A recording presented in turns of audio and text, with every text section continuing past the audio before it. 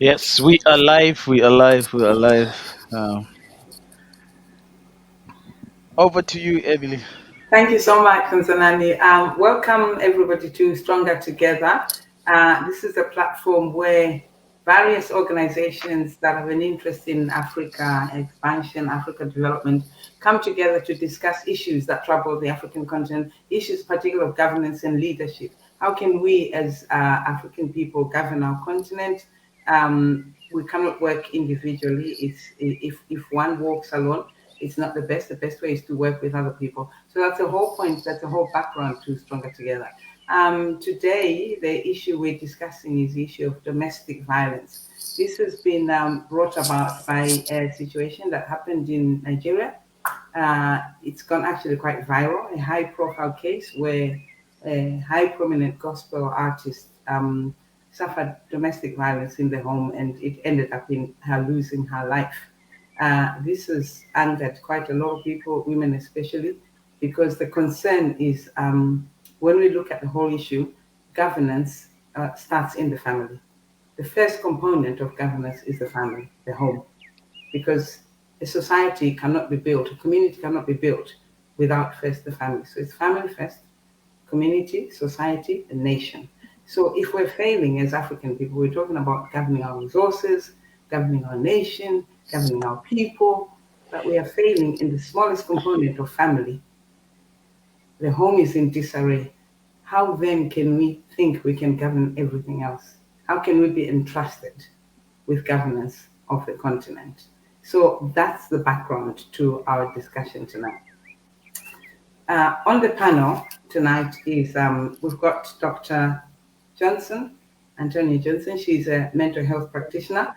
She's a physician with a special interest in mental health. We've got Emily Banda, who is joining us from Malawi.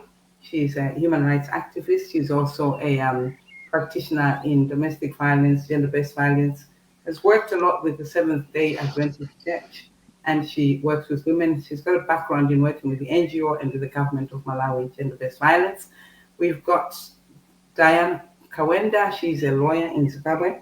Diane works with the Zimbabwe Women Law Association. She supports women who are involved in gender-based violence. She's also a researcher. She's a rights and governance practitioner.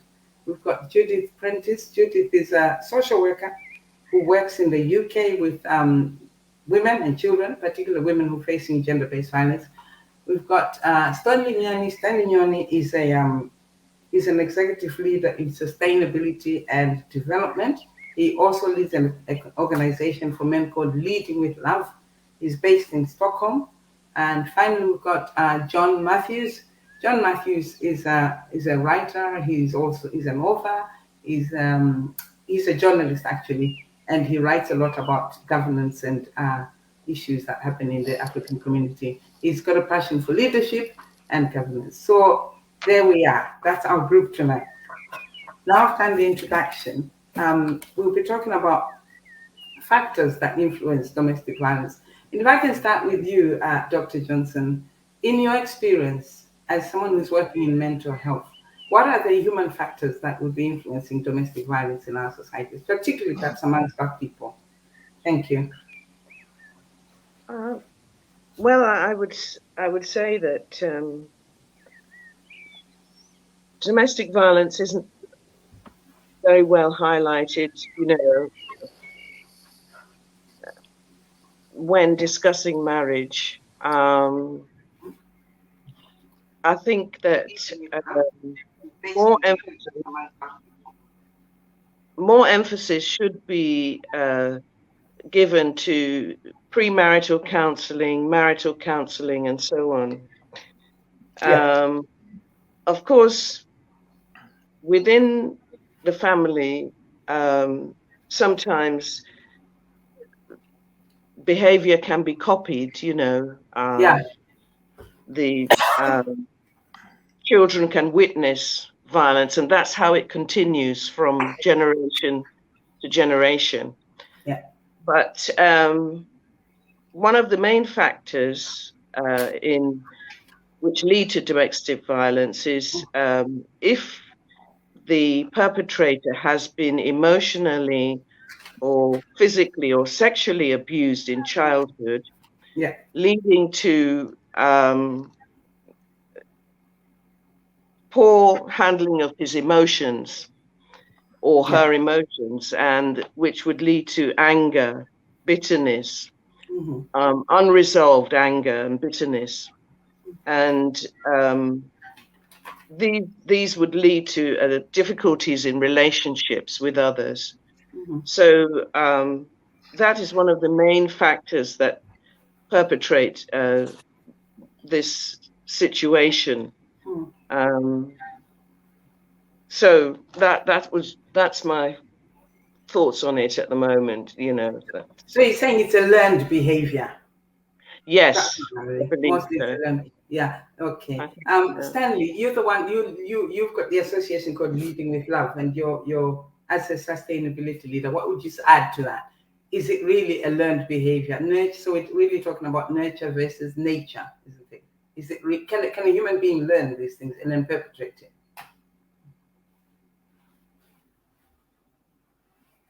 I can't hear you. I think Stanley is on mute. If he can unmute himself. Yes. Yeah, now, sorry. So now I'm on. So yes, definitely it is a learned behavior. And on top of that, it is not only a family problem. It is actually a systematic problem. The inequalities that we see around us the inequality between men and woman they perpetuate the gender-based violence. So that's one part I would like to add. And then the second part I would like to add is that it's actually family violence, family-based violence, which includes the abuse of children. Mm-hmm. And if I am abused as a child, the chances of me behaving differently when I'm an adult are very, very small. But then we are not only talking about physical abuse. We are talking about emotional abuse. We are talking about economic abuse. But that's also what we see from our leaders at a grander scale. How do our leaders behave?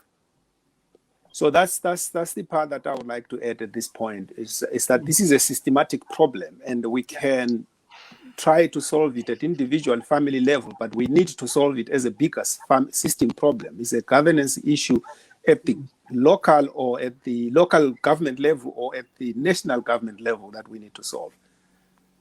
So Yeah, that's what I would like to say at this point. I agree completely about it being a governance issue at the family. We will talk about the government in the national later on. But John, can I bring you in on the family? You spoke the other day about the history of this, which is quite useful. Would you like to expand on that tonight, please?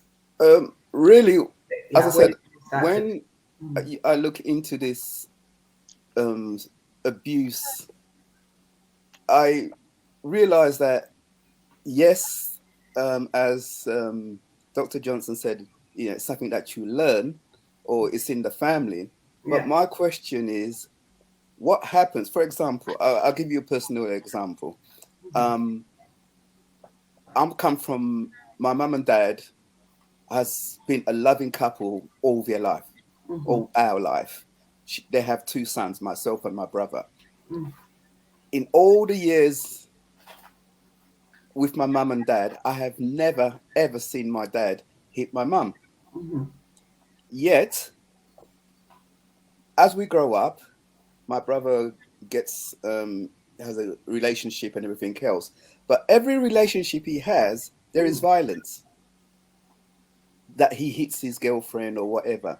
Now that didn't come from learning it from the family.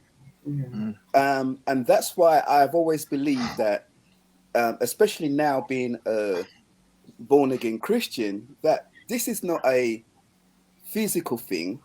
It's all a spiritual thing, and it's all to do with destroying mankind, and all, especially in the family. That's why I've always believed that the family unit, if you break the family unit, then we have a situation when you are out of the pattern that God has given us, then you leave room for the enemy to move in and tackle that situation.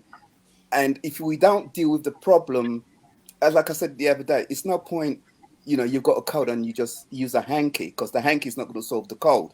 We have to go to the root of it, because whether you're white, black, from Africa, from India, from wherever you're from in this world, that we all have the same problem. So socially, economical, every area of our life is. So when we talk about domestic violence, it's not just one area we could talk about. But what Emily said is so crucial to me, is that if the family unit is secure and the family is being taught as it's supposed to be, then that will cut down the violence.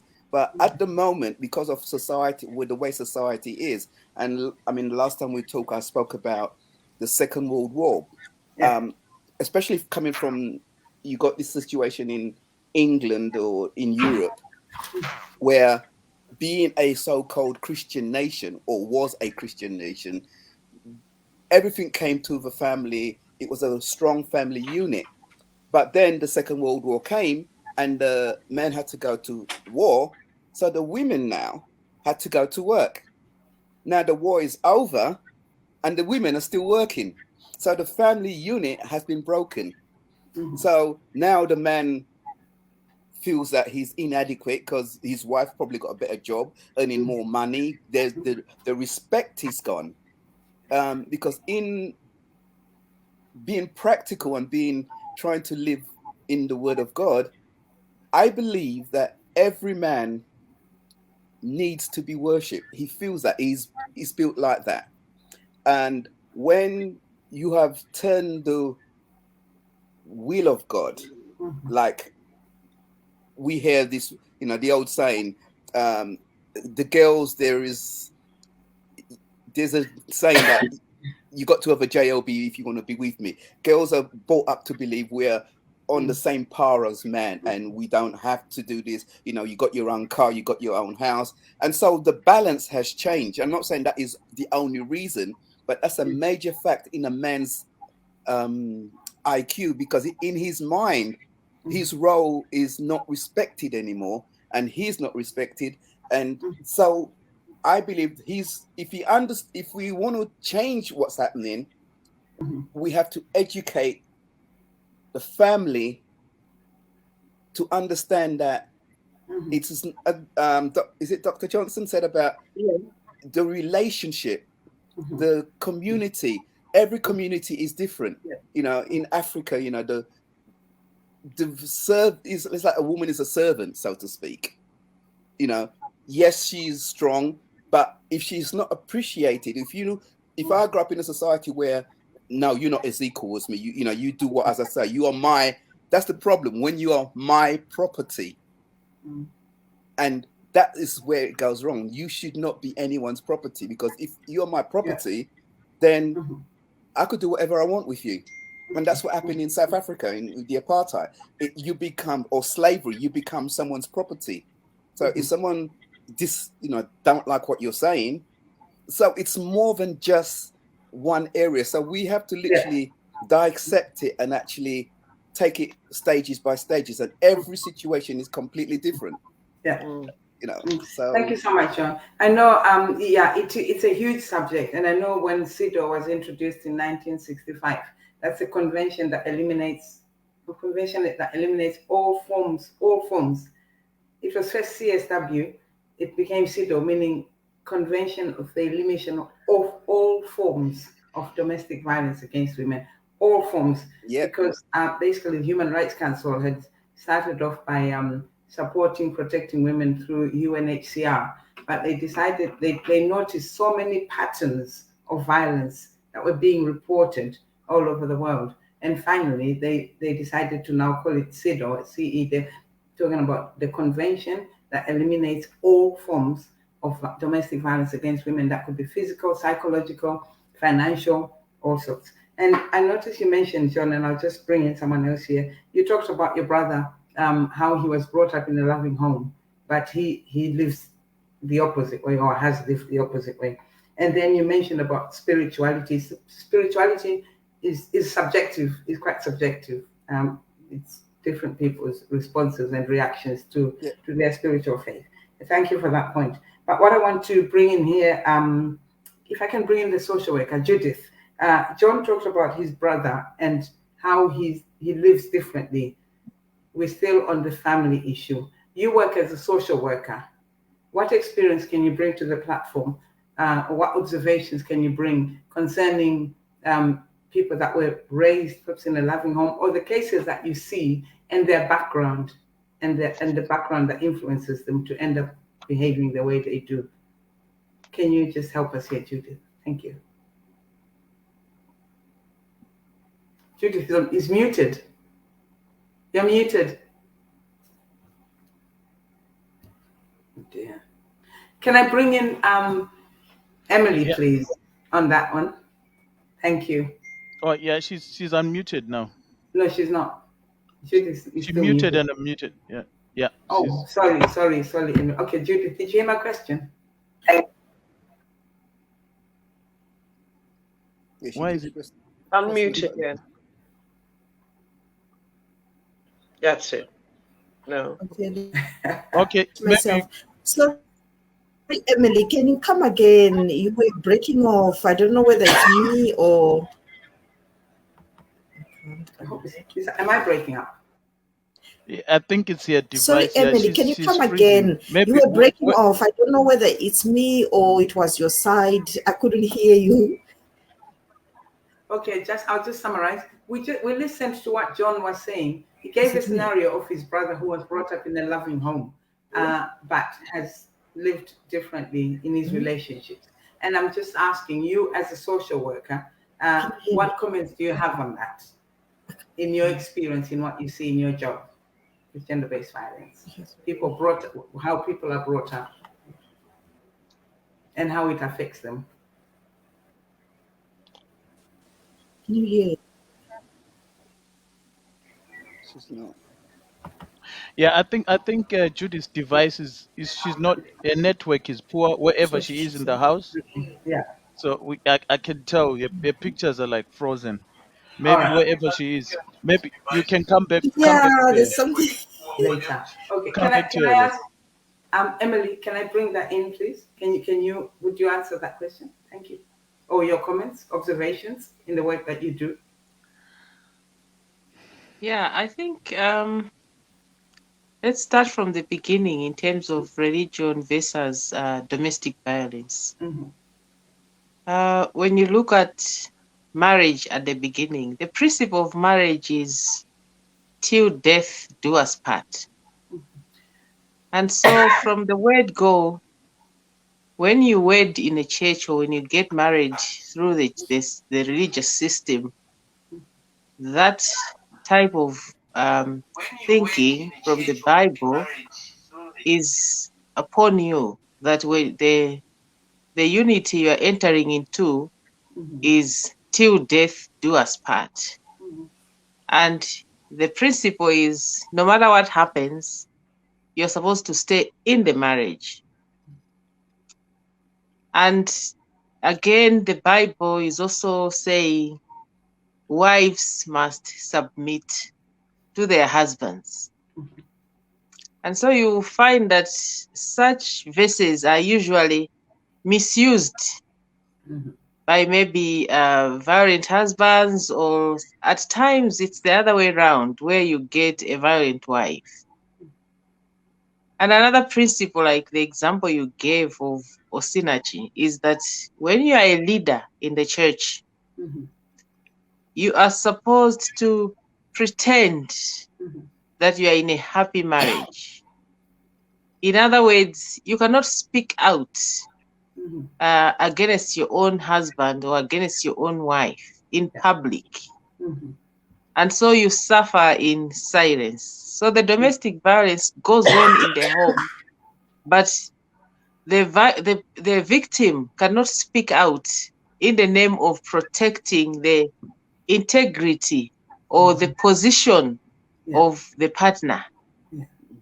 And in such a manner, you tend to pretend that all is well, and yet it is not well at all. So the church or religion has got a big role to play in terms of preventing domestic violence Amen. because all of us, in one way or another, maybe apart from just a few, we belong to a certain religion.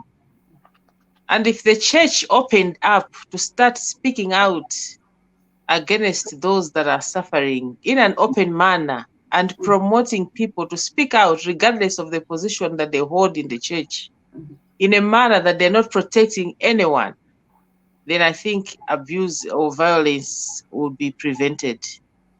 But Yeah. what the region has done is that the perpetrator has also become the victim has also become a perpetrator in a way that when violence is in your home or you're being abused and you're not able to speak out in a conservative society like a church, you are also a perpetrator, because by keeping quiet, you are actually promoting domestic violence, either Yeah. in the home or even in the church now. And so, in a situation where someone comes from a loving home and you go into a marriage where there's constant violence and abuse, you find that sometimes it is the system that has made them believe that they are superior, or there's inequality with their partner, and therefore they can ride over them, that they have to abuse or they have to be violent against their partner based on those biblical principles, by misusing verses that are in the Bible to say somebody has to submit, you have to respect, and so by submitting means accepting anything, whether it is good or bad. So I think the church or religion has got a critical role to play in terms Yeah. of educating, Yeah. encouraging people to speak out, and also putting measures that are going to prevent violence and abuse Absolutely. against happening right in the church by those that we entrust to say maybe they are going to be gatekeepers, they're going to protect us, and yet they're also going through the same. And it is worse with the leaders of the church, because by virtue of their position, everyone in the church is looking up unto them. And so when there's abuse in that home, they still have to pretend more than even maybe the other couples in the church, because they have a flock, and in the name of not wanting to scatter away the flock, then they have to keep silent and pretend that everything is okay, and yet things are going bad day by day. Thank you so much, Emily. That's really sad. There is a huge, huge, huge responsibility upon the church. A huge responsibility of governance. Can I bring in? We've got this is Lydia Mafoko Botswana. Can you hear me? I know you've just joined us. Are you okay? Is your network okay in Botswana, Gaborone? Yes, I can hear you. You can hear. Yeah, And I'm just joining. you just joined. I know. Thank you so much. Thank you I know it's late out there. Just to bring you in before your network has problems, and then I can bring in Diana. In the issue, we just talked about the church and the factors that the church leaders are contributing to domestic violence in the way they manage it within the church. What are your comments on family, particularly culture? What are the cultural norms that you're observing in Botswana or elsewhere that contribute to domestic violence? And Diana, I would like you to come in after Lydia on what we talked about the other week on how the victim actually is forced to protect in the name of family name and that. So Lydia, if you can come in, please, on the cultural norms as Africans. What are the cultural norms that perpetuate or exacerbate domestic violence? Because it is I think increasing. it is increasing. Yeah. Even in Botswana, the domestic violence is increasing. Yeah. Yes, it is increasing. And I think for me, the church the home that used to be, the center of governance, yeah, is no longer playing the critical role that it used to yeah, play. You find that there's a lot of secrecy going on.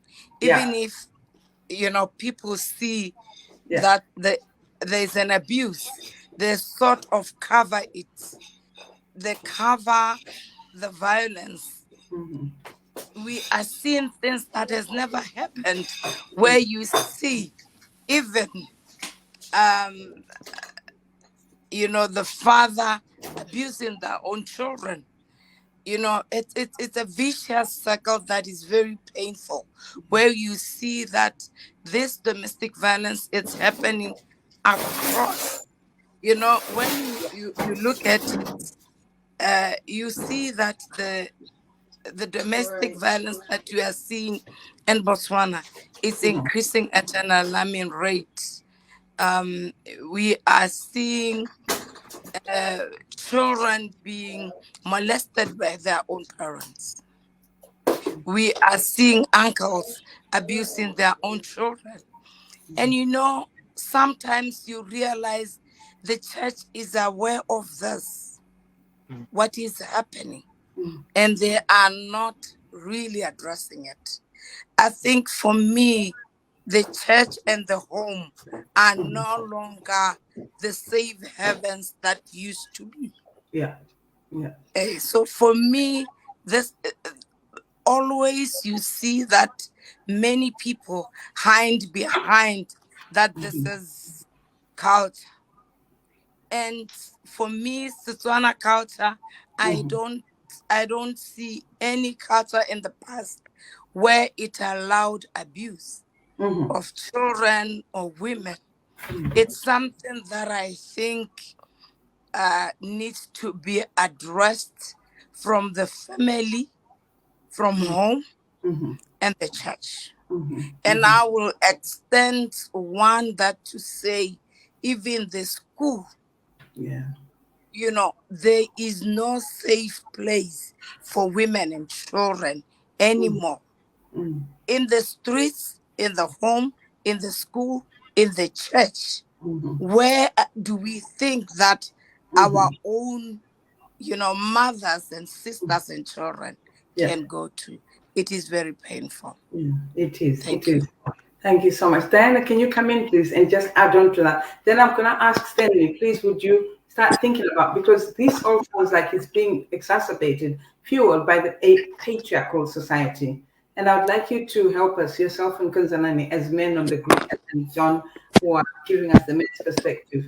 What can, I'll ask that question later, but Diane, can you come in, please, on adding to what Lydia has spoken about Botswana. What are your observations in Zimbabwe, which is still SADC region, where family are also perpetuating? There's a lot of secrecy. The wives are forced to protect the name of the family, therefore don't involve the police. All this. I think once we discuss it, we can come up with some ideas of how to save ourselves. Is Diana on, please? I see there's questions on there. We will look at the questions that people are writing in there. Diana, is she on? Oh. Hi, Diana. Can you hear me?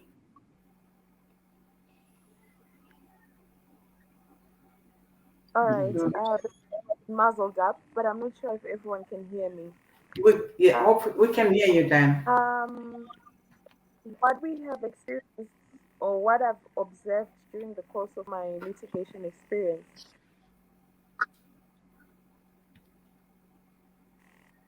okay. So I was saying what I've experienced, litigation experience, is that there is a connection between domestic violence and cultural norms and practices. Yeah. Now, to realize that the position of a woman in the cultural setup, as it is, and in some, a woman is still viewed as a man. Yeah. So there is an approach where a woman is sent out that a man cannot communicate with a partner. He does not see her as an equal. As a subject that he can own way of disciplining her. And as a result, some women also tend to be, they are under the yoke of their husbands. they acquiesce to this abuse they're entitled to. Yeah. So that is the cultural perspective that I've come to with during the course of literature, that's where some of the domestic violence Yeah. stems. Thank you. Stanley, do you want to add to that? Can you And just... then there's also an issue of a woman in the Sorry. literal sense being a minor.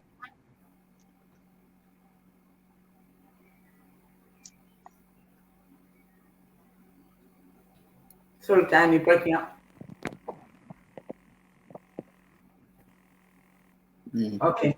Stanley, do you want to come in on the patriarchal society? Is it still a patriarchal society? Because according to Diane and Linda, there's no safety for women in the church. The church should be the safest haven. The home, men are supposed to look after their wives. The streets, the schools. So are we still in a patriarchal society? And you lead with Love Sustainability Director. What would you like to add? What's happening? And how can the men contribute? Patriarchal society, like Lydia said previously in Botswana years ago, that didn't happen. What's happening today? So what's going on? Thank you, Stanley, and then I'll hear from John and yeah, please. Sorry, my internet connection is also struggling. I don't know if it's you or it's me. Oh, I wonder if it's me. Do you hear me? Yes, we can hear you. We can. Yeah, I think his it mine? internet is a little bit poor. Yeah. Mine? No, it's Stanley's. Okay. Yeah, he needs to find a secure place, a place where he can. I think also Judith is now got a safer. I mean, her internet is now okay. Maybe she can come in and just let us know what are your thoughts. While it's Stanley is back. Yeah, I'm struggling. I'm struggling a little bit with the connection here. Do you hear me now? Later. Yeah, yes, we can.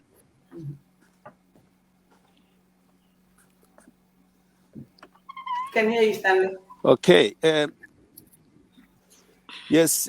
So the what I see here is that if we go back to the discussion about the root causes, it is a patriarchal society, and we saw during COVID, and this is not an African problem. I think that's one thing we need to say. Yeah. Yes.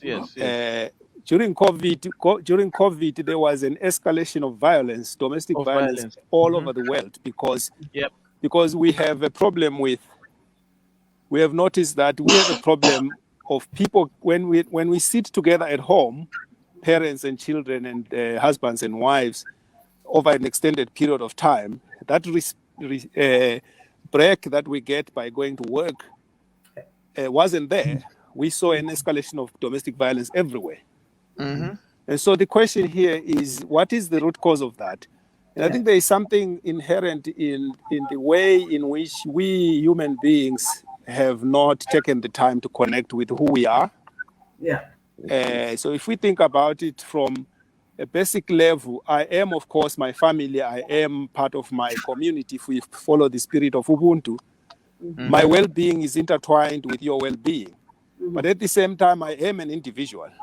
So the question here is, what work do I have to do at an individual level to raise my own consciousness, to connect to the source, whether that source is God or is my ancestral spirits, so that I can be a complete human being? Yeah. And that's the work that we need to do. And right now, I see that we are not really doing that work, at least not amongst the people that I work with. I do a lot of coaching for both, mostly for individuals, but also for executives inside organizations. We need to do the work at an individual level, and then we need to do the work together as people in relationship, whether that relationship is at home or in the workplace. And we are not doing that work at the moment. And that is where the source of the problem lies, I think. And I hear my sisters and brothers who are talking about the church, but I don't Yeah. think that's where lies the problem. The problem lies with the ways in which we agree to live together, whether we are in church or not. So it sounds like human dynamics and personal governance. Konsanani, do you want to add to that? Just to speak on the patriarchal side. Yeah, yeah. I'll add on to that. I'm just curious to hear what Judith is gonna say. Okay. I'll come after, Okay. and Judith, yeah. is she on? Is Judith on? Yes, I'm now on, Emily. Apologies for earlier on. My Okay, wife had really let me down today. no problem. I just want to bring a point of view on the biological side, really, especially if we look at when a mother gives birth to a boy and a girl, there's a difference of reaction there. People tend to celebrate the boy child more than the girl child. Yeah. And really, for me, I think that is the core foundation of all these problems we are facing.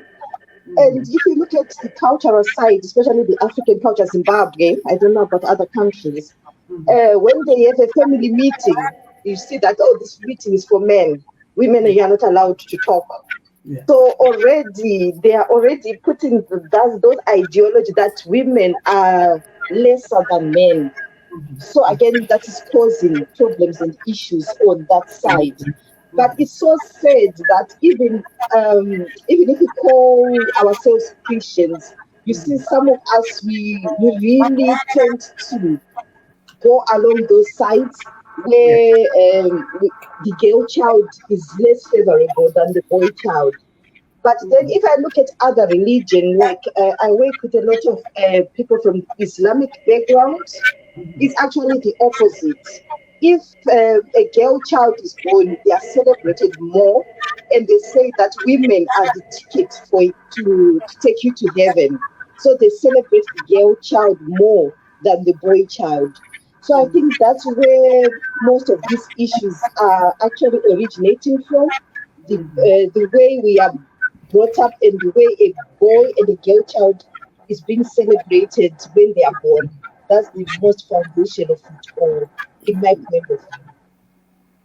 That's useful to know. I think it's important to pause at this point and say, yes, they may celebrate the boys more in different cultures, but what is true really is that women and men have different gifts.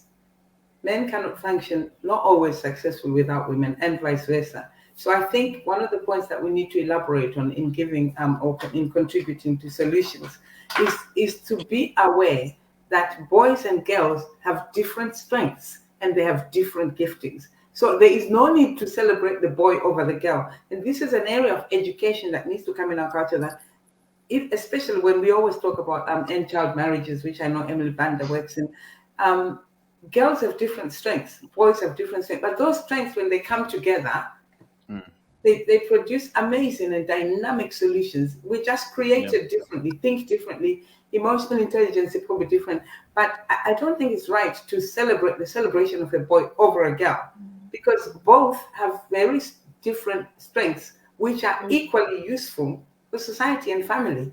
So perhaps that's one area of education that we need to bring in with our people, that yes, he's a boy and it's wonderful. He's probably physically more stronger, but the girl equally has strengths that if you gave her an opportunity to shine, should help with solutions in society. Thank you so much for that contribution, Judith. Can I bring you now, Konzanani, and then John? Okay. Yes. Okay. Yeah. I'll just just give my little contribution. But a lot of people have said a lot of things which contribute to domestic violence and stuff, Yeah. and it cannot be limited to one thing. And I like what Stanley said. We cannot just leave it Yes. to the church setting, but we also have to consider other other areas as well that are not like a church setting or religious Yeah. setting whatsoever. Yeah. Um, and for me, yes, I'm religious and stuff. I'm a Christian and stuff. But when you look at the Bible, even the Bible did not exclude, environment that was not a church setting. Um, and God even used, people like Daniel to his advantage to also govern the people that were not from a religious background or people that do not believe in God. And as Christian, we have to be also inclusive and understand that these issues that we're dealing with are not just from one sector. It's just like they come, from everywhere. Yeah, I think a lot of people. Yes, I mentioned a lot of things. Where do I start? Where do I start? Yeah, there are different. There are different. There are so many causes to it. It could be a family setting that is a home governance, you know, people learning different, things that are, you know, are not empowering them as, as human beings and stuff in a lot of geographical area. But it could also be, uh, you know, uh, sort of like, the whole government, you know, the laws that they introduce into the system, like what John said, when they as human beings we create laws, we make laws, and sometimes we get it wrong. And that's what I was hearing from John, and definitely it works. I mean, it does cause a lot of issues, like in a British environment and stuff. And women were empowered, that they were given this impression that they can do things by themselves. They don't need a man. So if you're drumming as that into the head of someone, they will think that yes, they don't need a man, instead of coming together to say, okay, here we've got a problem of domestic violence. How can you solve it? Because we said we complement each other as men and women. So if we solve it from that point, maybe we'll be able to come up with different solutions and stuff. And other things, they said it could be economic situation, like in Africa. Women are oppressed. They don't have a lot of opportunities and stuff. You know that can also cause this domestic violence, because they don't have a voice. So men can do whatever. So I guess it's about looking at all these dynamic factors, and then coming up with solutions that are effective, that will be where we'll be able to resolve all these points that were raised by a number of panelists. And also I think, how do I show this? Uh, our listener commented. I'm trying to bring it to. It's not showing. I don't know why. Sorry. Yeah, it is showing. I'll come to Is that. it showing? Or you It's come to that? showing. I'll come to that in a minute. I just Okay. wanted to talk, Diane, you mentioned constitutional law. That's really an interesting part. We'll just touch on the law before we lose Diana, who's in Zimbabwe. Diana, do you Okay. want to just comment on constitutional law in terms of governance? Should we bring in tougher sentences? Do you see that as a deterrent where there's been domestic violence in the home? Diana, I think you're on. You can hear me. I'm just trying to get you in before we lose you again. Diana? Okay. Mm-hmm. Sorry, I earlier know you on I are very had important. You're very important. okay. Earlier on I had to switch devices. I'm sorry I know. about that. That's fine.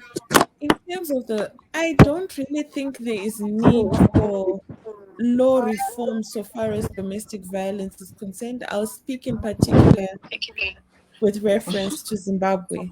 I Yeah. believe that the laws are sufficient, Okay. but what is lacking is the actual implementation of these laws Mm-hmm. and poor prosecution methods that are used in arriving at finding someone either guilty of having violated the Domestic Violence Act, for instance. Okay.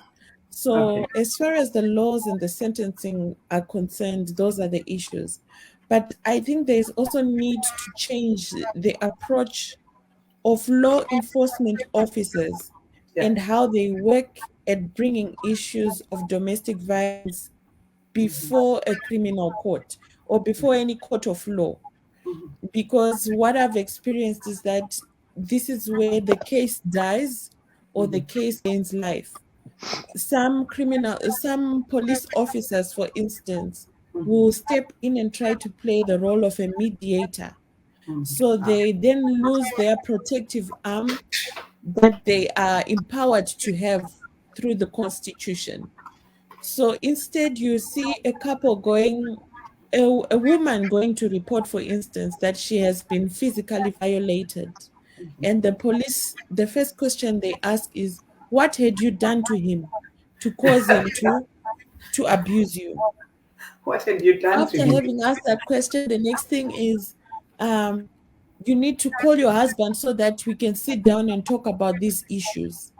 They would rather discourage you from entering into the criminal justice system by opening up a docket or initiating the criminal process and tell you go home and fix each other. So the victim goes back again. It's the cycle. Into the system, It's yeah. repetitive, and she's a perennial victim. So if there's anything, there's need to look at the approach of the police in handling domestic violence matters, because I believe that is where the cases either die or they proceed. Okay. In Thank some you so much. instances, there are victims who withdraw, who report and then withdraw. I think there must be a cardinal rule within the law enforcement officers that once an issue for domestic violence is before them, Yeah. if a complainant who is directly affected feels they want to withdraw, the state has an obligation to pursue the matter, Absolutely. notwithstanding the complainant's withdrawal. So those are some of the issues that I think are cardinal. The laws are okay, but it's the implementation that needs to change. Yeah, it sounds like the Thank police you. taking the role into the hand. Can we look at the questions, please, Kozanani, quickly, and then we'll go to the next stage? Or the comments in the... Okay, let's bring that one. Is it one? In terms of risk factors, there are Maybe, different... maybe just also to add on the Okay, go on, risk Emily, point. go on. Yeah. Yeah. Like in the case of Malawi, I think the laws are very strong and they're being implemented. Yeah. Once the case goes to court, tough sentences are passed. But the challenge comes in, like she said, that women withdraw. You know, whenever a woman is not empowered to look after herself and the children, there's always that thinking that if this man goes to prison, how will I survive? And so therefore, first of all, women don't report many cases to the police and also allow the cases to go further to the courts. They would rather go to the police and the issues are discussed at victim support unit, where it's more of a civil matter than a criminal matter. But when a case proceeds to a criminal matter, then they would rather withdraw so that they maintain the support from the husband. Otherwise, it's very important because at the end of the day, this woman has nowhere to stay. She has no source of livelihood.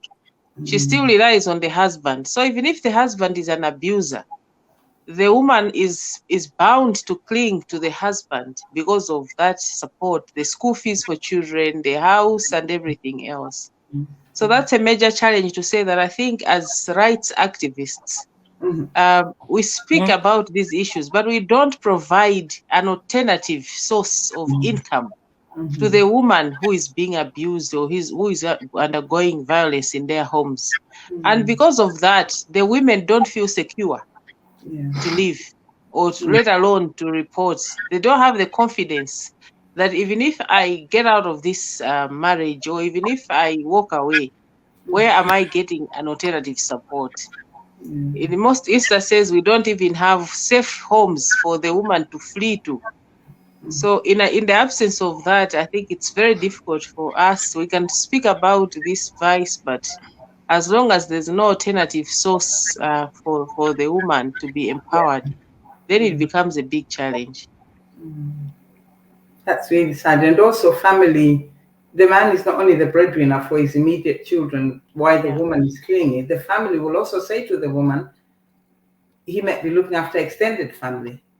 And if he goes into prison, what's going to happen to the rest of the family if he's one of the main breadwinners of the extent of the family? So those are factors to look at in terms of supporting women economically, empowering women economically, so they can make better choices for their homes, not to destroy their home, but to separate themselves from harm, or to not stand in the way of harm, in a way that helps the man also to reform while she's probably away. It's not so much, we're not talking about destroying the family home just because a woman is economically empowered, but we're talking about a woman finding a way of safety where she can continue to support the man from afar, if he wants to reform, because both the man and woman are needed for the raising of the children to be balanced for our society.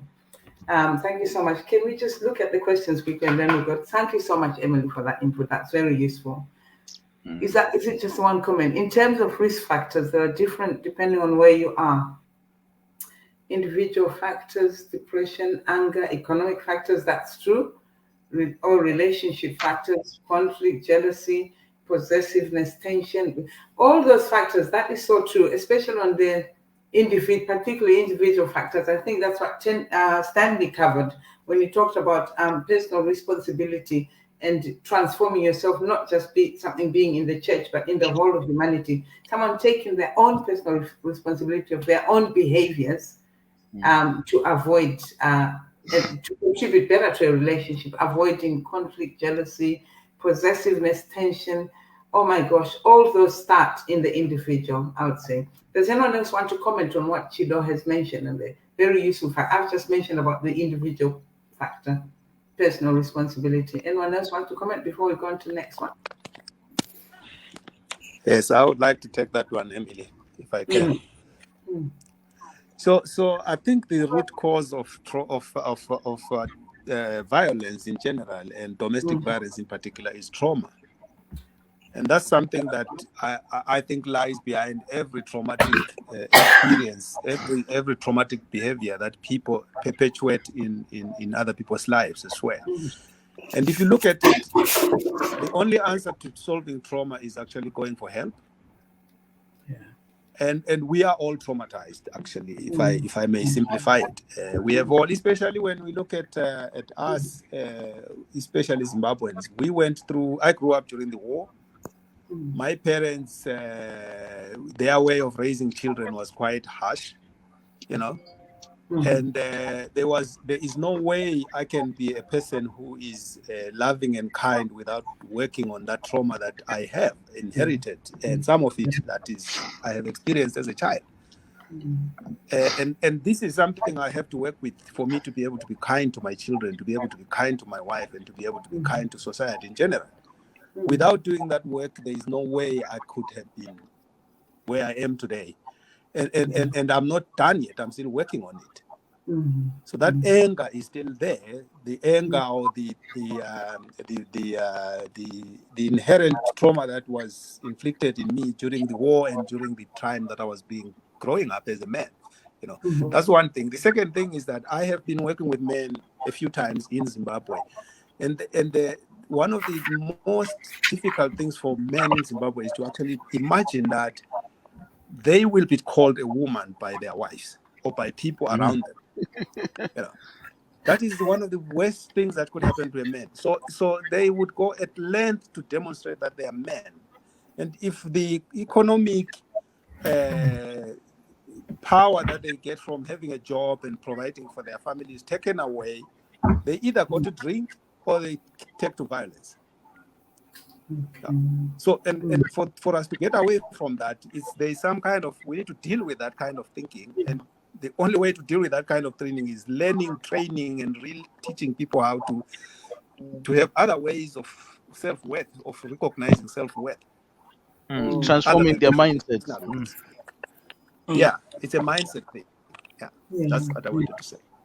Thank you so much. That is invaluable. I've learned something new today. Root cause is trauma and the personal responsibility. So a lot of work, what you're doing, Stanley, that needs to happen. A lot of that. That's one of the answers.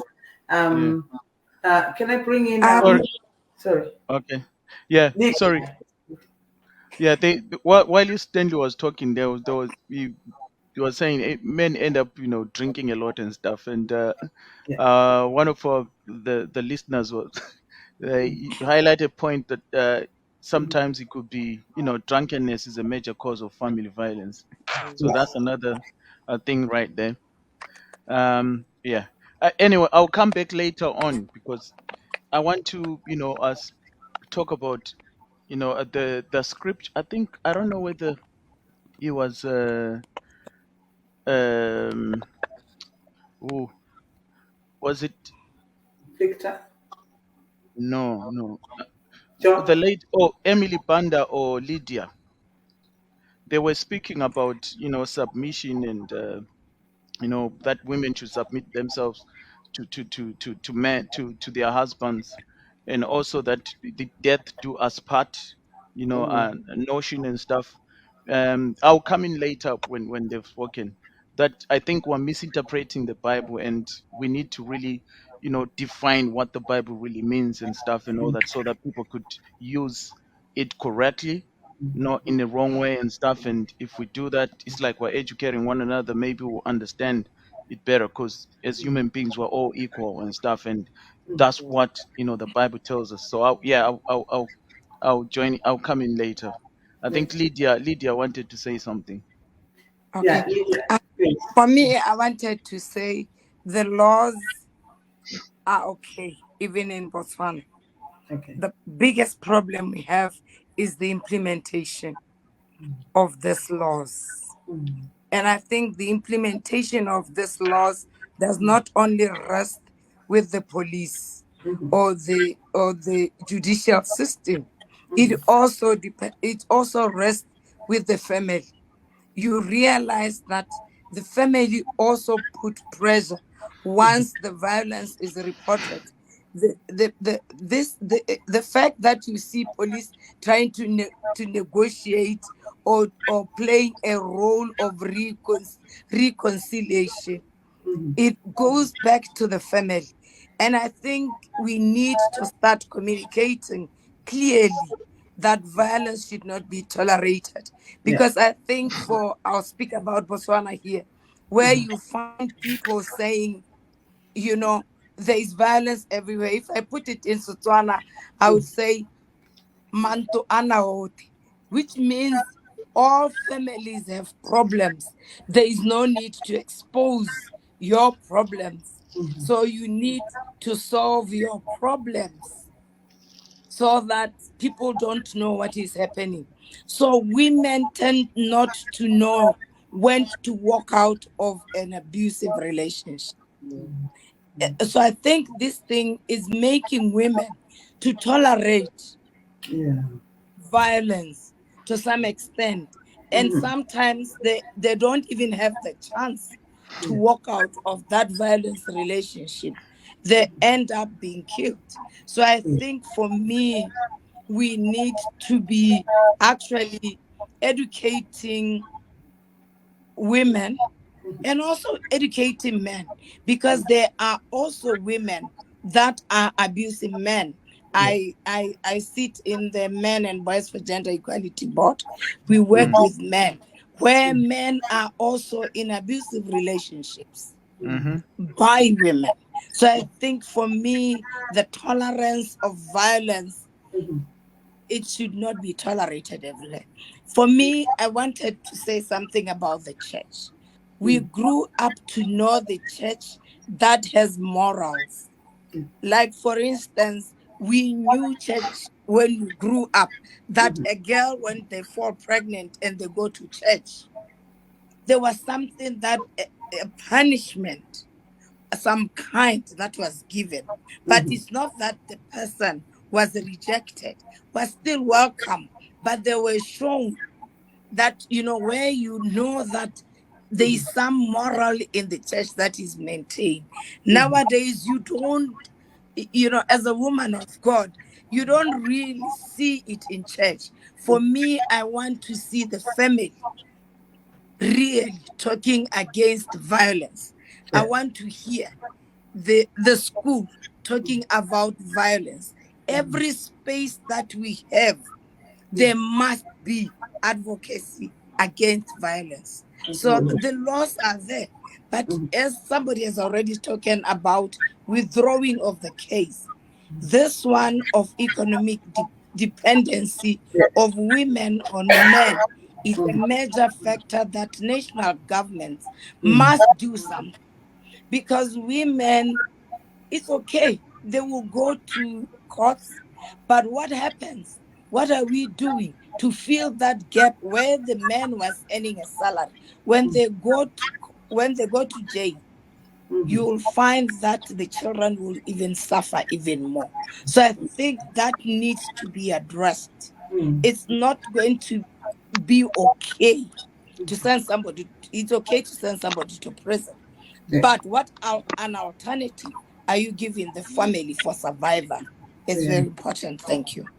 Yeah, that's amazing. Thank you so much. That's very useful, because it brings me to the point I mentioned earlier, that women will stand in self-harm, and the factors that encourage that are family, lack of economic support and empowerment.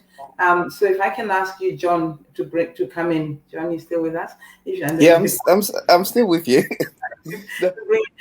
What we're talking about here is that Lydia and who I mentioned earlier, is it Kanzanani? Lydia and Diane mentioned that when it comes to personal responsibility for a woman to either walk out or not stand in harm's way, there are factors that are preventing that, mainly economy. So we don't have a system that supports women to be able to make the decision or the choice to get out of harm's way. Yeah. This is what I want you, John, to comment in. No, This it's system true. is actually governmental. You see, you talk about the government. Or national. It's very hard for the government to put laws in, and when they do put laws in, it's alternative a ways. system. But I really don't think it's just to do with the government. I think it's to do with everyone. For example, we're talking about, I'm a woman, I'm getting beat up by my husband or him, and he's the main source of income in the household. Yeah.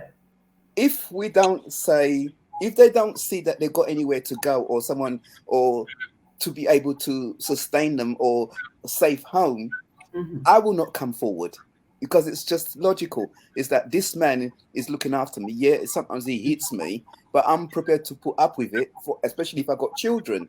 So as the system needs to have, how can I explain it? I'll explain it in a different way. Before, I live in England, and before that revolution that happened with Black Lives Matters in England, the TV commercials that you see on TV was, you probably see in, let's say, 20 adverts, you might get one of a black person. That's in the advert.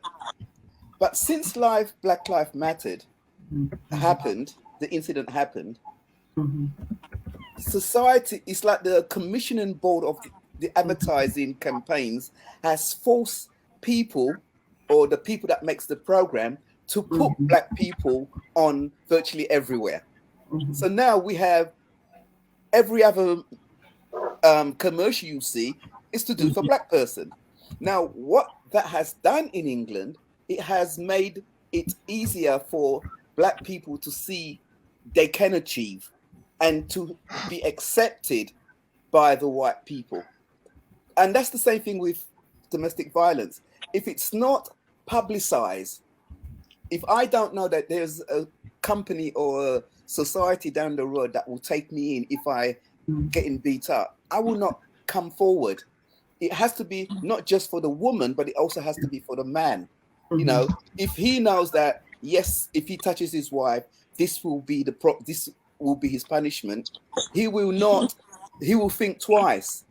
And those who don't think twice, if they are sort of shown, it's like we have to make such a big it's like it has to be such a big incident that everyone knows this is the problem that we have to deal with.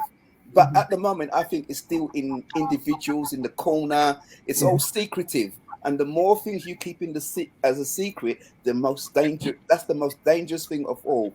It's all hidden. I will not leave my. If my wife was beating me up, I will not leave her if she's earning more money than me or looking after my kids, and it will still carry on. So it has to explode in a, and that's where if you're talking about the government or financial way, or it's got to be marketed right to show that we are dealing with this problem. If we don't show the world that we're dealing with this problem, it will never be accepted. And that's what it is. It's got to be marketed in a way that this is a major cancer and it has to be dealt with. Absolutely, it's a pandemic. Yeah, it's a pandemic. Yeah, it has to be dealt with. It's really a pandemic. It's not just one area, as we've noticed. We all got individual stories or different ways of tackling it, but it's everywhere. It's not. You won't get the same person doing the same thing. It's all different. So it's as you said, it's a pandemic that has to be shown that it is a pandemic, and we will not tolerate it as people, as families, as the law, or whatever it is. But it has to be exposed in a big way. It's not the individual trying to. It just can't happen like that. And that's it. That's really interesting. That's interesting. And what I'd like to comment, and then I'll bring in Dr. Johnson on the psychological, psychiatric, mental health side of things. It's interesting that we're saying that the system has not been, there's no alternatives for the woman. But when we look years ago, as we said, we were saying this is a pandemic. We look years ago, family structures that you talked about, John, earlier, that before the World War II, World War One, men were men going out fighting, working, women were home looking after the home. Industrialization after the war, women were forced to go out because men were either maimed after the war or not many of them.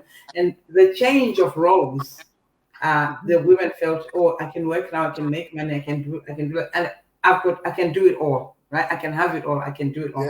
That change of roles also fueled domestic violence in terms of violence. But what I find interesting as well is and then I'll bring in Dr. Johnson. Stanley mentioned the personal trauma. And John, you just mentioned that we all have been through abuse of some sort, whether in our childhood or in our relationships, one way or the other. And that brings up trauma, and that trauma births exacerbation of abuse. We then present that, we present abuse to another person, whether we're aware of it or not. Dr. Johnson, that brings me to the personal responsibility. Clearly, it would seem like maybe people are not aware that what they're doing or what they're speaking or how they're behaving, unless they slap someone, is abusive and destructive to another person. Can you just contribute for us from your experience as a physician who works with people who with all levels of abuse and basically help us with the mindset, as Konzanani mentioned earlier tonight. Thank you. Okay, thank you. I think that goes back to solutions, as we've been talking. It's not necessarily on a one-to-one, but I'm thinking that, for example, violence has been accepted within the world. I mean, this is a Christian issue now. Violence has been acceptable because men go to war. And they feel that is an acceptable way of controlling a situation. So, and it's also violence is shown in films as entertainment and is seen as acceptable. Then, as I said, that controlling children at a certain age is seen as acceptable to hit the children. There are things that are considered acceptable. But what I would say about the relationship between men and women, firstly, each one has to respect the other as an autonomous being, a child of God. You know, we do not own each other, but you know, we have to love and respect each other. So that has to be inculcated. That has to be, um, you know, discussed in the church. You know, through the church, or at school through the school, and then also in premarital counselling and marital counselling, to teach people how to relate to each other when they differ in opinion and so on. So, you know, we need, and before it gets to the legal stage, before it gets to the law, and then even when it gets to the police or whatever, perhaps a social worker should be involved to give that person counselling, that couple counselling.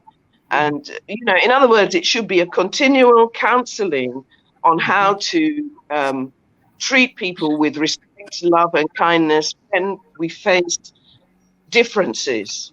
So, yeah, that's what I was thinking as a result of what I've heard from everybody. Yes, there are different ways of abusing, you know, treating people without respect, or I mean, we also have to know what men want in a marriage and what women want in marriage.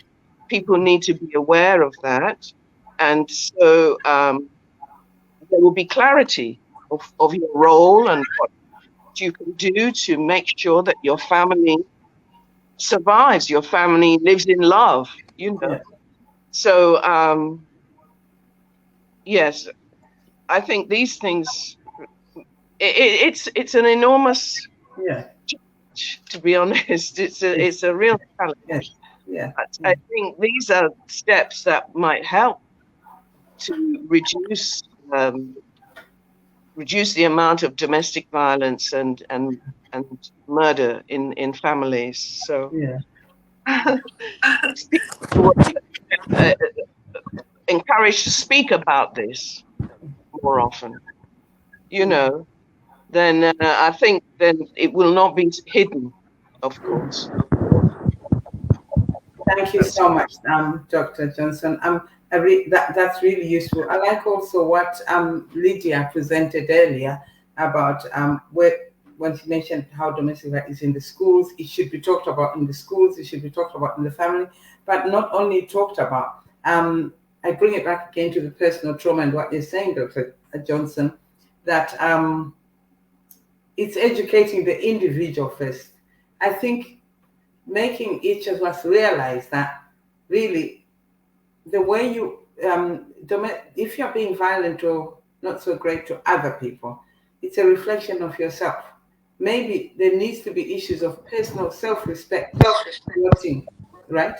If you respect yourself, then you will respect other people, and you will be open to education, because we can bring in all these reforms. Let's educate the men, let's educate the women, but they need to be open. They need to see that it's a problem. It's not just a pandemic all over the world, or all over the church, all over the families.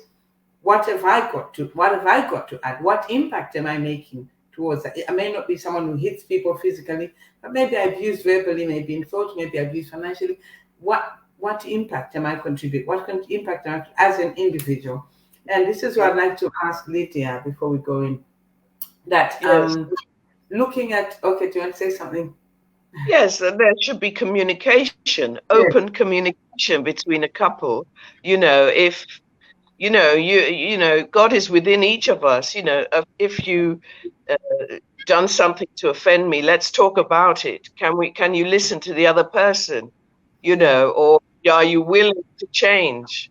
You know, so you know, and also that issue of hurting people. so everyone's come from a different place. Some people have been, as we said, traumatized in different ways prior to marriage. So, you know, they tend to continue with bad, you know, bad behavior with it, you know, though they may not be aware of it, right? But they continue in that until they're really pinned down and have to address it, which is always going to be hard. Yeah. So that's. I read somewhere mentioning about bad behavior, changing behavior. I read somewhere that of the couples or individuals. Let's not just talk about couples that are married, but just individuals who perpetrate violence, whether domestically or to others.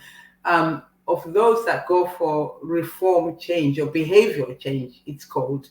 Apparently, 88% do not respond, meaning only the other percentage respond. What have you got to say about that? It's really sad that 88% of those who go for behavioral management change, 88% do not respond, do not change. Yes. What causes such symptoms? Is it because they're not interested? Or? Yeah, my comment on that would be that sometimes it takes a life crisis. Yeah. All right. They will to lose something in order to accept that they must change. You know, if they can get away with it, you know, they may not bother. You know, so this is so ingrained, as we've just said. You know, it started in the family, it's in the culture, and people have not been corrected on these behaviors in the past. So it's quite hard to. But it doesn't mean that we won't do the right thing. We must continue to, you know, point people in the right direction. Yeah. And then Judith, you've worked in both cultures, in Africa, Zimbabwe, and now you're in the UK. What can you add to that on personal responsibility and change and behavior? I mean, as a social worker, you probably refer people for counseling, you refer people for behavior change management. But again, like I said earlier, 88% do not respond. What would you contribute to that, to help or to support or to give us direction as to why that's happening, having worked in different cultures? Yeah. Okay, from my own observation, people tend to use culture as an excuse, but really in reality, if we look at culture is not static, dynamic. Right. So we as people, we can also change the culture. So people tend to use culture as an excuse to cover up whatever they are trying to do. But then at the end of the day, it's people don't want to change themselves. They make that personal decision that they don't want to change because they want to justify whatever they will be doing. But in terms of the law is just direct. We have to just use the law in order to, you know, to be able to put people into order, to say, look, even if your culture is saying this, but still it's against the law, it is not acceptable. So we tend to use the law more. And the other side which I wanted to touch is, especially somebody mentioned about men being abused. I think it was Lydia who mentioned about men being abused. So this is an area also which needs to be raised in awareness, because most women, they don't realize that they're actually abusing the men. For example, you find that a lot of women, they threaten that if you leave, you won't see your children. So the men tend to stay in those abusive relationships because they don't want to lose that contact with their children. And also, a lot of men, they tend to do behavior where they are actually wanting to please their partner. So they're checking on their partner if every decision they are making is all right with the wife or whoever they are with, just to make sure that, problems don't arise. Again, that is abuse on its own. But women, they tend to do that without realizing that they are actually practicing abuse. So that's another area which really needs to be raised in our awareness, that as much as we want to talk about women being abused, but men are also being abused in a lot of way. But there isn't enough education and awareness around that area as well. Wow, wow. Yeah, that brings me, can bring in Lydia from Botswana. The issue of personal responsibility, individuals taking personal responsibility. We've talked about the perpetrator and the man or woman who is abusing. What about you as an individual? Things like boundaries, uh, girls being trained on before they enter into relationships, boundaries too, so that it's not, you realize when you're in the relationship, when you're being attacked, that you start thinking, what do I do? I think in areas of schools and just girl education, boy education, these issues need to be raised on non-negotiables in a relationships, boundaries in a relationship. Not wait until you're killed. Lydia, can you bring us in on that, please, as a official in Botswana? Personal responsibility. Establishing your own personal responsibility, not waiting to be attacked or to be abused. I can't hear you. Oh, Mute.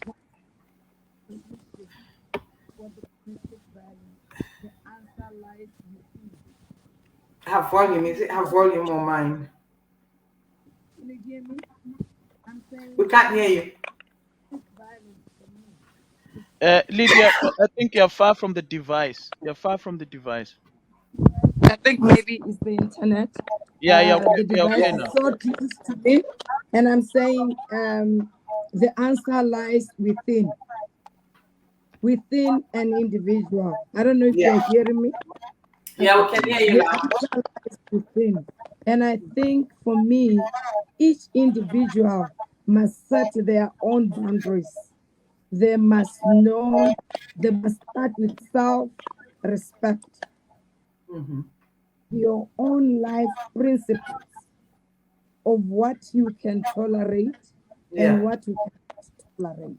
Set your own boundaries Yeah. and know, once you set your own boundaries as an individual, and I think that's where also the family plays a role, how we raise our boy child, Mm-hmm. who respects a girl child. You must start respecting your own sister.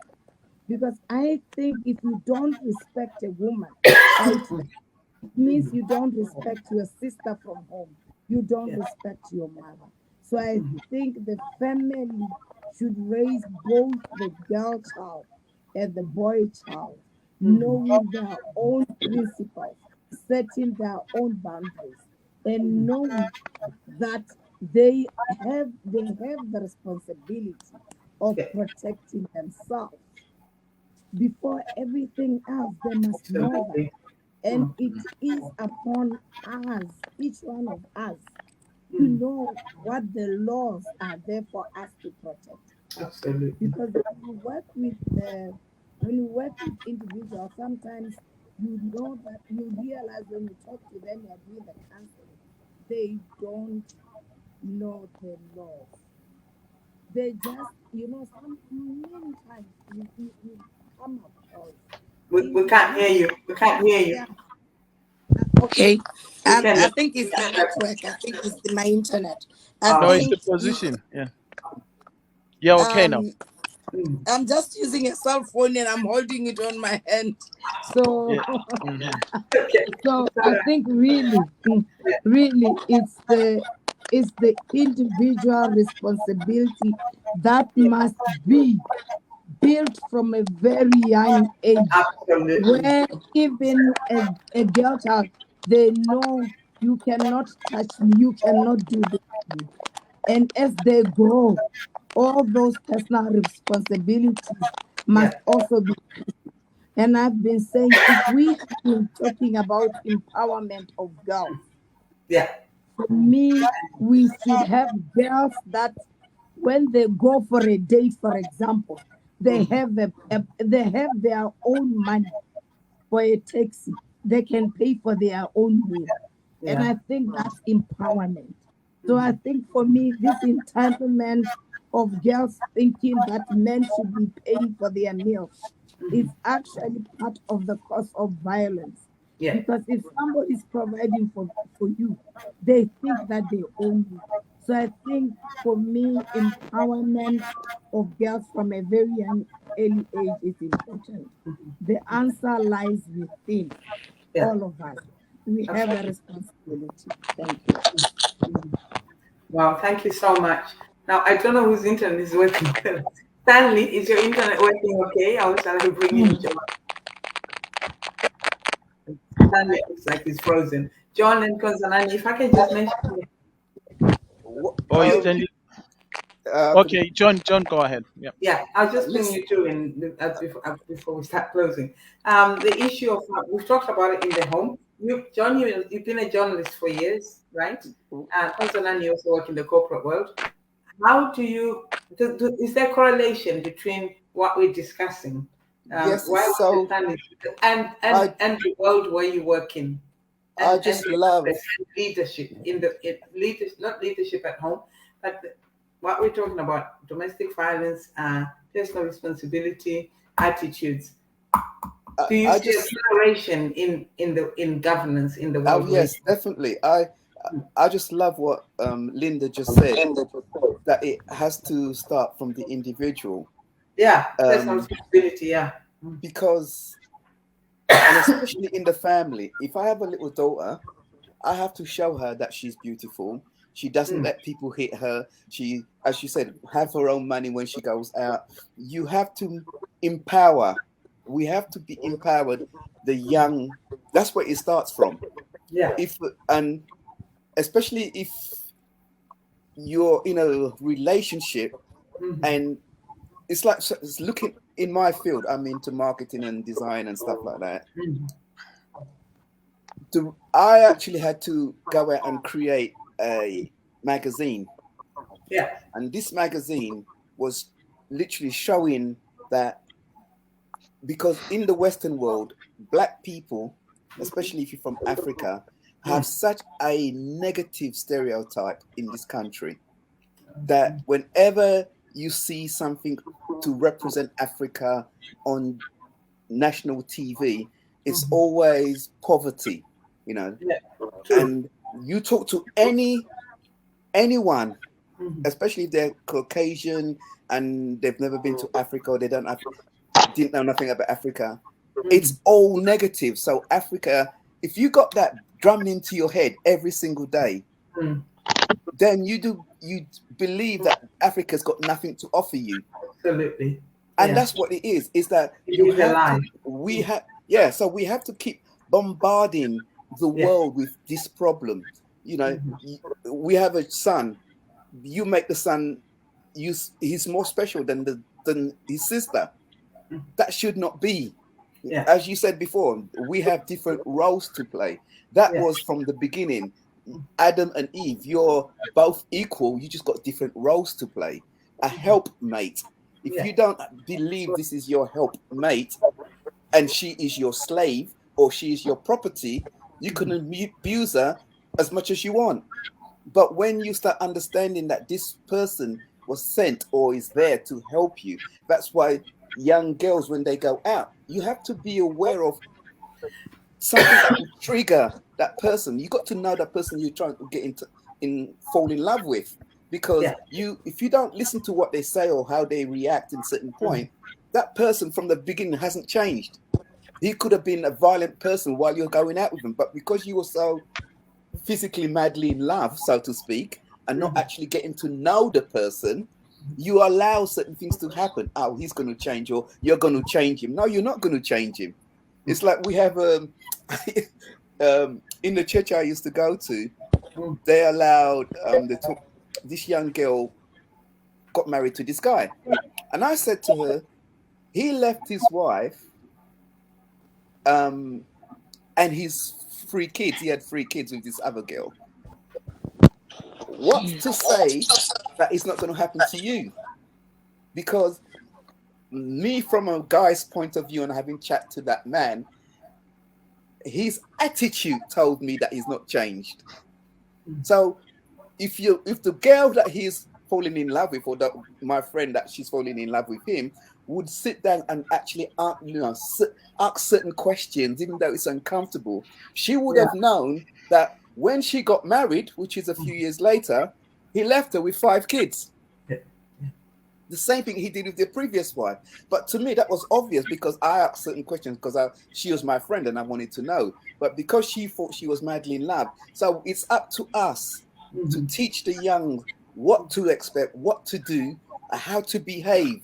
It's not, oh, you're falling in love and that's it. No, that man might be a crook. That man might be a thief. You got to know who you're dealing with. And it all stems from the family, the home. And if we're going to try to tackle this, it's literally, as you said, exposing it to the world and Yeah. dealing it with it from school levels, especially from the home, to teach the young what to look out for. Because no one teaches you about marriage. You just get into it and get on with it, you Yeah. know? Yeah. And that's not right. There Yeah. is no education for this. They don't teach you that in school. You know, they don't teach that a young girl should be proud of who she is and everything else. Now, and that's what it's all about. I think it's trying to show the individual that you matter, that it's important that you make up your own decision and do not be frightened by anyone or be intimidated by anyone. Okay. You know, and that's it. Yeah, perfect. Thank you so much. Thank you so much. Any other contributions? I wanted Konzanani and Lydia to just add. I asked a question earlier about this systemic pandemic that is in the families, how it manifests itself in the corporate world and in governments. Because I know both of you are involved in corporate government. Lydia, I know we're coming to a close anyway. Yeah. I'll talk a bit about violence in the workplace. Yes.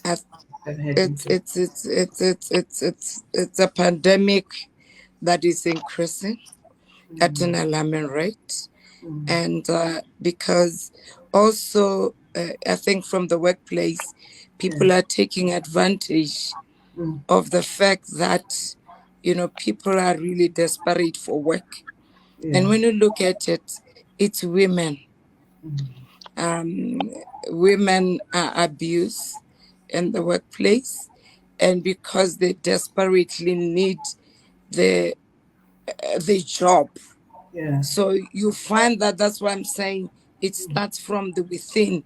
If Yeah. women, set the boundaries about themselves. So I think I've been working on the road construction Right. as a GBP specialist, and the kind of what is happening, especially to women that are now entering into the construction, doing the lowly paid jobs. That's where you see abuse at a higher rate, and being violated, and not being given even proper contracts. So you realize that a lot is happening Yeah. in the workplace, and that needs to be addressed also. But I think with the ILO 190 convention, and when countries really start beginning uh, uh, to take that into consideration and Yeah. coming up with workplace programs that address violence, it will help a lot. It's one area that I think still a gray area that is not being addressed, but really needs to be addressed. The other one on that one that I think we haven't touched is on migrants. Yeah. When people live, really, you find that sometimes when people cross borders and to work and they don't have proper papers, you realize they stand to be abused because people know, and sometimes they're even afraid. If you are being violated, you should go and report that you are being violated.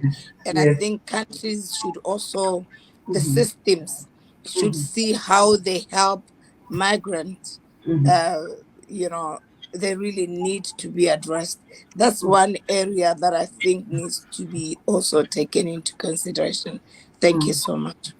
And I know you work a lot with the UN in gender issues, gender specialists with the United Nations, particularly Botswana. The implementations that are putting in, are the countries ratifying, would you say? Or is it just window dressing? We'll do this, we'll do that, just to, that nothing is being done in actuality? Just a comment on that. You don't need to say it. I think for me, Yeah, you want to say, ratification is important.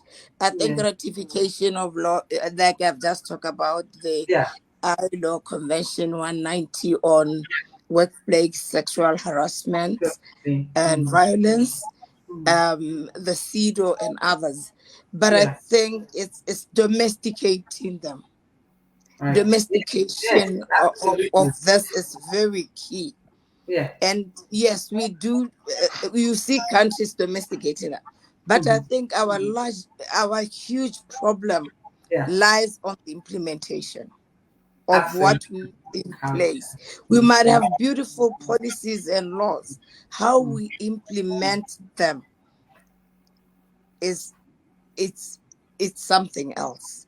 That's Absolutely. why somebody earlier mentioned on this discussion where Hmm. you find police officers now trying to mediate between families where they are supposed to be actually using the laws. They are Yes. not doing that. And Yes. I think the other one that where you think we need systems in the communities to Hmm. address violence. The community have roles that they can play. Are we having safe places within the communities? Hmm. And those safe havens are not there. So sometimes where government fails or Yeah. government has not been able to adequately address those issues, how do Yeah. we come together collectively as communities and address these issues that affects us across? Because Yeah. I think individual responsibilities matters and communities should collectively work together. The Hmm. solutions lies with us as communities, as individuals. So I think providing alternatives, safe spaces for at community level will also play a critical role if it's done Yeah. effectively. Yeah. Thank you very much. Thank you so much. And I do know, I'm just on a highlight and on the positive.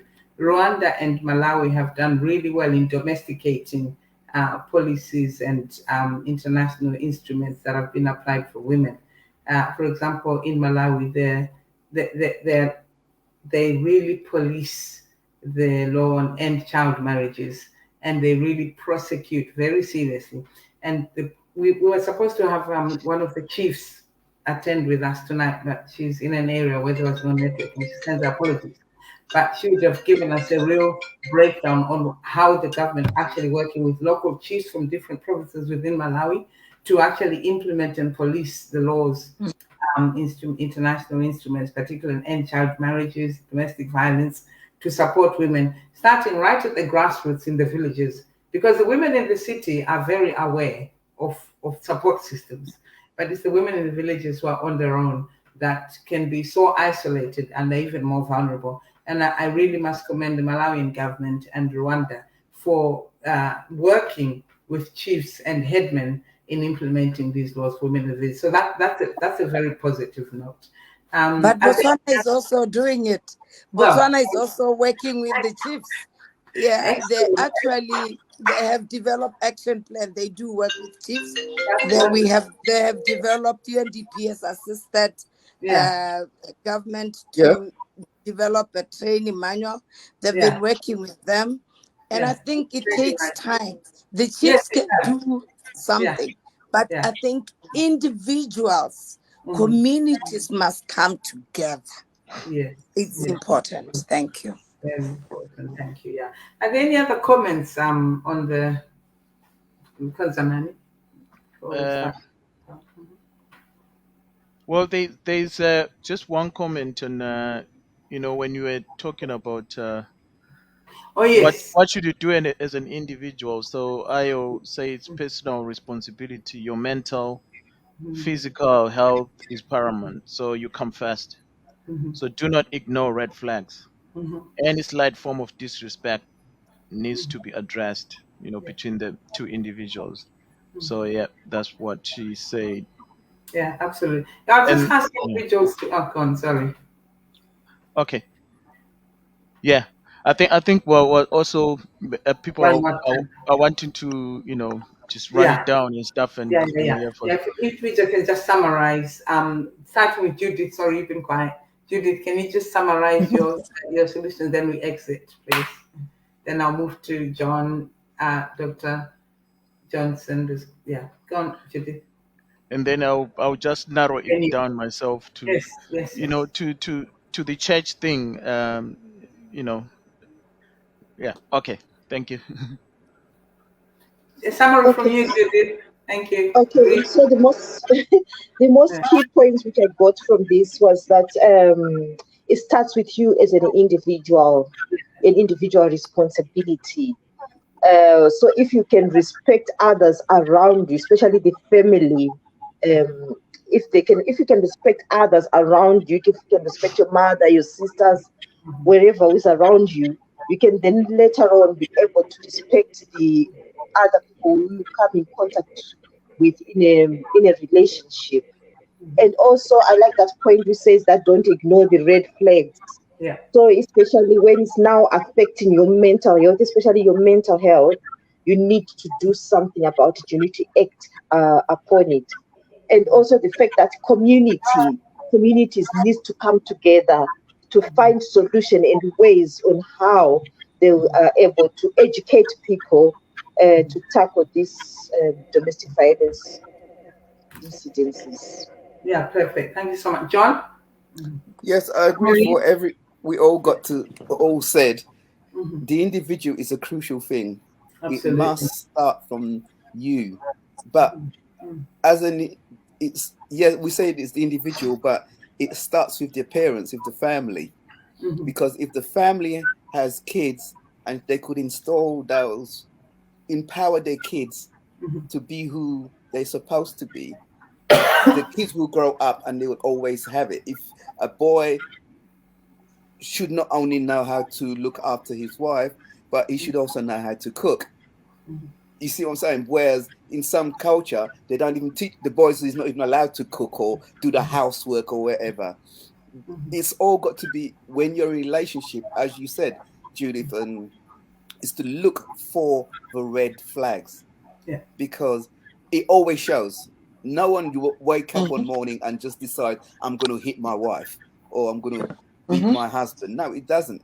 It's a gradual thing. It's like the two may not be. This person is violent, but he got married to this person and he's not violent because they're compatible. Whereas if that person marries to another person that annoys him, all of a sudden it's so you got to know who you're getting involved with. And as Yeah. we all keep saying, you have to look for the red flags. It's not Yeah. just, goo goo gaga, I'm in love with this person. No, there are symptoms, there are things that will come up in your relationship that warns you, no, that should not have happened. Because I find that a lot in relationship is when your man is courting a woman, they make an effort. Yes, love, thank you, love. So you give me a drink, I'll say thank you. But after a while, it's like I'm so used to you, I don't even say thank you. But if you don't stop me and remind me to say thank you, I'll take it for granted and I'll carry on. And that's how it all starts, little things. So look out for these little red flags because it all adds up. And eventually, we got a pandemic on our hands that Yes, we we're do. trying to solve. It's like, Yeah. but it starts from at home and it is down to the individual and to have that knowledge. And if we're gonna try to deal with it on that level, the exposure has to be out there. People have Absolutely. got to know where there is a safe place to go, or the child help. When we in London, they had this helpline. So every child that's been abused knows that to phone a helpline. There needs to be, some people needs to know there's help out there. So that's it really. Fantastic. Lydia, you've added a bit already for us. Do you want to say anything more, or it's quite enough? Thank you. Fine. You're fine. Okay, thank you so much. I'll do something, then I'll leave Konzana, and then you can close for us. So, just in summary, I mean, it's been almost 2 hours. We've looked at the causes of domestic violence. We've looked at the factors that perpetuate, exacerbate, or fuel domestic violence. Could be in the family. We look at the human dynamics. We look at the church. We looked at governance, the laws. But the most important thing that keeps becoming out here is an issue of personal responsibility. It's my personal responsibility to ensure that I'm not being violated. No one's exercising violence against me or abuse of any form. It's also my personal responsibility to ensure that I'm not doing that to somebody else. Mutual respect, self-respect. It starts with my own self-respect. And if I'm individually sound as an individual, then I make a bigger impact on my family, society, and the nation. And if a couple or people in relationships are sound and have self-respect and then mutual respect, you make a much better and bigger impact on your life and then on your environment when you respect yourself and other people. So when you're exercising violence or abuse of any kind, first you are damaging your own self. You are diminishing yourself as a person. Next, you are diminishing and reducing your own society and your own environment. You are not contributing effectively to the world that you live in. So if we're talking about building Africa in all areas, managing our resources, managing our societies, managing our people, the will is there. But one of the factors that we really need to address as a people is our personal responsibility in our homes, in our families. Personal responsibility to ourselves. It's not a selfish world. The impact we make in the home will always affect your outside. How you behave towards yourself will affect how you behave towards others, and it's like a domino effect, So it's not something to be ignored. We mustn't ignore it. It's happening. Someone, watch yourself. Look at the red flags that can turn towards yourselves, and look at how you're behaving towards other people, because what you do to yourself and to others close to you affects everything. It cannot be separate. Thank you so much for joining us tonight. I'm sorry it's been so long. Konsanani, can I hand over to you and you can close, please? Sorry, Dr. Antonio. I'm so sorry. I'm sorry. I just wanted to give you a Bible verse. Yes. Confirm, supports what you say.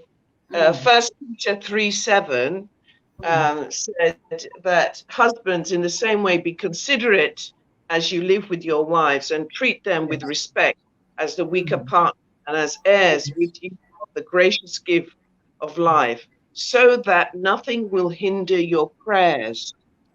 So, obviously, if you work together in harmony, there'll be peace and prosperity for the family, Yes. This is biblical as well. Yeah. It's biblical. It's biblical and it's truth. Thank you so much. Konsanani. Yes. I think people have said a lot of valid points, points that are very informative. And I also like what also John said with regards to magnifying it, using different types of methods and stuff, and also giving an example of how loud is it Black Lives Matters Yes. also caused our Black community to be recognized, to be given opportunities and platforms to express themselves and stuff. And we have to do also the same thing, of magnifying this thing and speaking about it in our communities, Yeah. different communities, be it a church setting or a non-church setting. We really speak about it, and also look at all these issues that we highlighted, that these are the things that are causing domestic violence to be on the rise.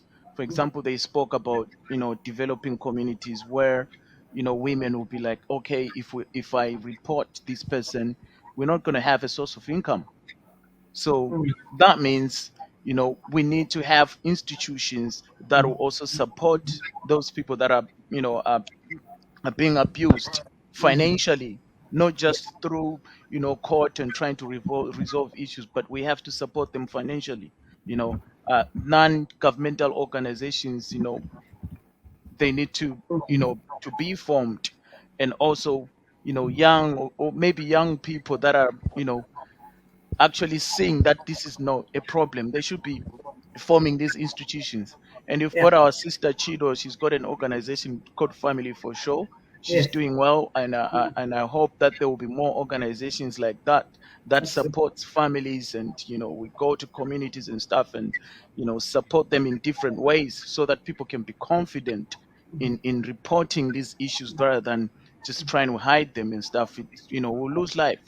And we was And we was, talking about this lady that passed away because of that, and she comes from a church setting and stuff.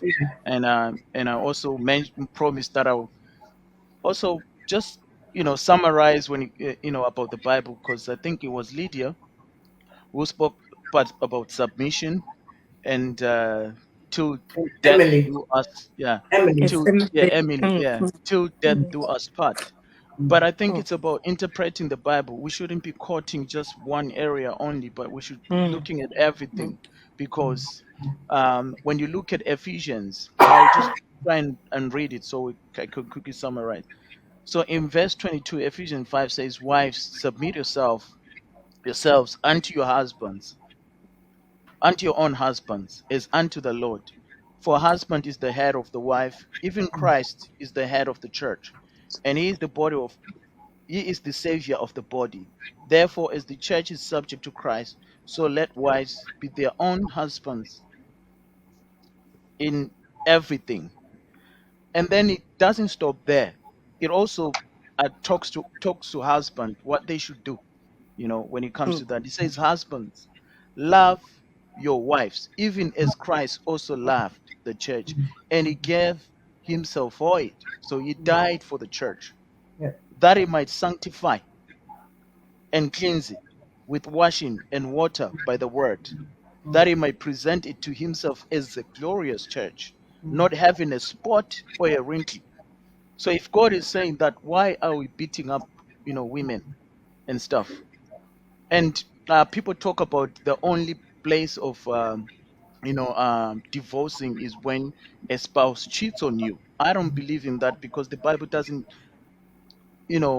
only, address that issue in that manner, but it also speaks about this marriage being a covenant.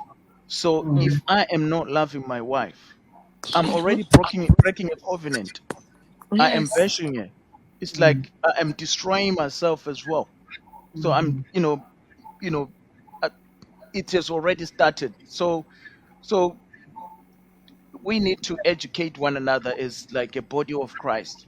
That it's just not, God is not saying um, uh, um, uh, only a person can divorce because they've cheated on their spouse. It also covers this, that we must love one another. We must love our wives. If you break that covenant, if you're killing the person, is God happy? He's not. And you go back to Genesis, book of Genesis 2, it talks about God making a man and also giving him responsibility to name whatever animals and etc. But now when he decided to bring a helpmeet to him, he didn't just create that helpmeet. He took something out of a man. That was the rib, because the man was not complete.